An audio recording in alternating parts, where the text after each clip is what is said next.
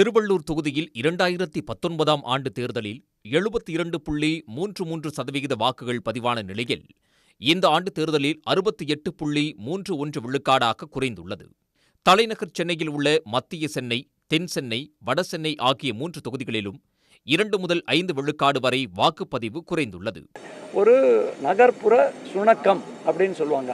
நகர்ப்புறத்தில் நம்ம வாக்களித்தா என்ன வித்தியாசம் வரப்போகிறது, அதுதான் மற்றவங்க வாக்களிக்கிறாங்களே. ஸோ இதற்கு 47 வகையான நாங்கள் முயற்சி செய்தோம்.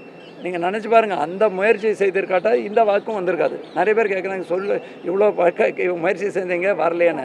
நாங்கள் அதுக்கான கரெக்டான பதில் சொல்கிறோங்க. 47 வகையான சொன்னத்தினால்தான் இந்த அளவுக்கு வந்தது. இன்னொன்று, மத்தியானத்துக்கு மேலே வெயில் இருக்கும்போது சற்று அதற்கான சுணக்கம் போன்ற பல்வேறு இது இருக்குது. அதே மாதிரி மல்டி ஸ்டோரி பில்டிங்லேயும் பலர் அதை எஃபர்ட் எடுக்கிறதுக்கு சற்று தயங்குகிறார்கள். அதேபோல காஞ்சிபுரம் தொகுதியில் 2019இல் 75.28% வாக்குகள் பதிவான நிலையில், இந்த ஆண்டு 71.55 விழுக்காடு வாக்குகள் பதிவாகியுள்ளது. அரக்கோணத்தில் 74.08%, வேலூரில் 73.42 விழுக்காடும், கிருஷ்ணகிரியில் 71.31 விழுக்காடும், தருமபுரியில் 81.48 விழுக்காடும் வாக்குகள் பதிவாகியுள்ளது. திருவண்ணாமலை தொகுதியில் கடந்த தேர்தலில் 78.14% வாக்குகள் பதிவான நிலையில், இந்த ஆண்டு தேர்தலில் 73.88 குறைந்துள்ளது. ஆரணியில் 75.65 விழுக்காடும், விழுப்புரத்தில் 76.47%, கள்ளக்குறிச்சியில் 79.25 விழுக்காடும், சேலத்தில் 78.13% வாக்குகளும் பதிவாகியுள்ளன. நாமக்கல் தொகுதியில் 78.16%, ஈரோடு, திருப்பூர், நீலகிரியில் தலா 70 விழுக்காடும், கோவையில் 64% வாக்குகளும் பதிவாகியுள்ளது.